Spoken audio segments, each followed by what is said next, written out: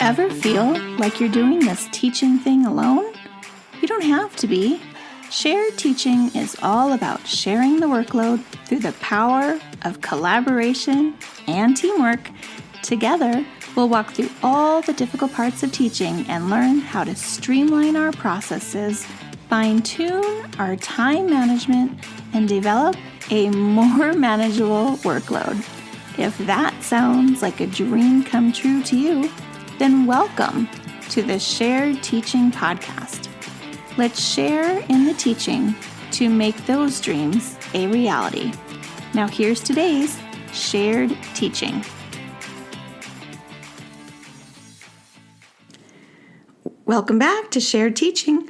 You are listening to episode number 44, where today we're talking all about money activities that I personally use in my second grade classroom, and I've used them for many years, including when I taught in first grade, and they are still relevant and very useful today, especially as more and more students are seeing parents pay with debit cards and they have no idea about their coins. So if you missed the last episode, number 43, I talked all about how I do my coin identification. So you really want to make sure that you take a listen to that, or go to the sharedteaching.com website and you can go to podcast episodes and listen or read it there. So for today, you also want to go to sharedteaching.com/money activities, and you'll be able to see pictures of these activities when you're not busy or driving, maybe listening to this podcast. All right, so let's dive right in. And we are going to talk first about puzzle activities. Now, puzzles is a really easy one, and it doesn't have to take a lot of time. And I use puzzles as a way to have students really focus on their coin or bill recognition. And they need to really study those pieces carefully to see how they put them together. So this really helps learn that identification of coins and bills, because they're really studying each part of that coin or that bill that creates the puzzle. So it's super simple to create. So for the ones that you see in the picture, if you go to my shared.com/money activities post, it's really simple. I just took a worksheet that had a nice clear picture that I liked, blew it up enough to be a puzzle size, and that was it. It came from a worksheet page. Does not have to be crazy hard, I'm telling you. So I copied it onto a heavier cardstock, cut it apart, and then I laminated it. That's what I always recommend. Cut things before you laminate. If you laminate it and then cut it, you don't have an edge that seals, and it will lift up, and then you'll spend time having to re-laminate it. So save yourself the step and just cut it first, then laminate. So I did some really simple cuts, just like right in half, made like two little triangles. And then I got a little crazier and I had maybe like 4 pieces out of a puzzle. I didn't make it too difficult. And then I just threw all the pieces together for all the coins in a little sandwich zip bag. And I added to a plastic shoebox where I keep all my money activities and my loose coins. The second activity is clip cards. So clip cards are just task cards that you throw in a set of clothespins with. So you have the cards, and the ones that I have, you can actually find in my store on Teachers Pay Teachers. My store is under Shared Teaching, and it focuses on identification of coins and the dollar bill. So students are asked to find the matching front and back of coins, and then after that, they're asked to, they look at a picture of a nickel and they got to find the value. So they're looking for the one that says 5 cents and they stick a clothespin on it. So that is also really easy to do. And then I like to throw in a little half sheet that has kind of like a cheat sheet. So it's just showing them what are the different coin names, what are their values, and it's on a little half sheet of paper so they can check their work. So once they master the identification, you want them to move on to counting denominations of coins of the same value. For instance, I start having them count using pennies. After they master pennies, they move on and count by fives using nickels. Once they get that, they move on to tens using dimes, and then I have them count quarters. I know counting by tens is easier for students than counting by fives, but I like to go in order of the coin denominations.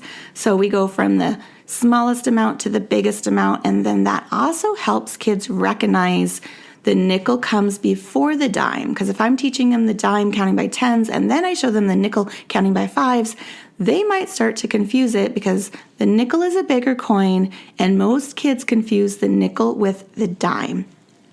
Okay, so the third activity is dice money activities.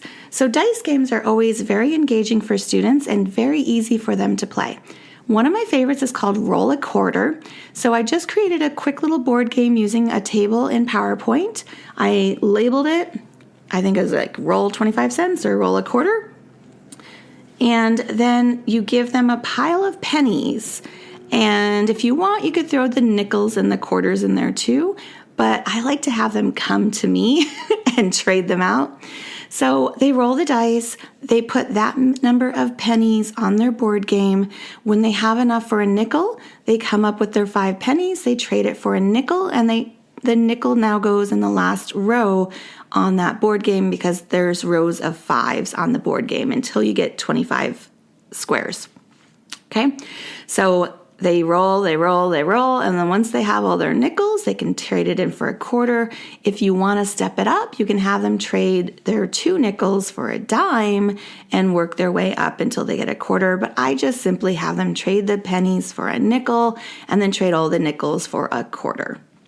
Now, when you have 2 kids playing it at the same time, they work side by side, and then they can kind of do like a rapid fire, rolling and counting to see who gets to the quarter first, and the person that gets to the quarter first is the winner. Another simple dice game I like to do is I glue some plastic coins to a die. So I just had some wooden alphabet blocks that I found at a dollar store. It's been so long, I can't remember. And I just painted it so it didn't look like an alphabet block, although it still does. And I hot glued some plastic coins on each side of the die. So now I have a little dice that has all these coins on it. And I made a couple, so I have multiples. So the students just simply roll that die and they find the matching coin. Now to make it more challenging, they can roll the die and then they have to name the coin that they rolled before they find it from the pile. So this is a good one to have them work with partners to have that accountability. So the partner's hearing them name it and if it's correct or not correct. So maybe the partner has that little cheat sheet I talked about in the clip card activities. Okay, so the person rolls the die and then the partner can also name what they have to find. So my friend rolls and it pops up on, let's see, never mind. I don't know where I'm going with that. So let's move on.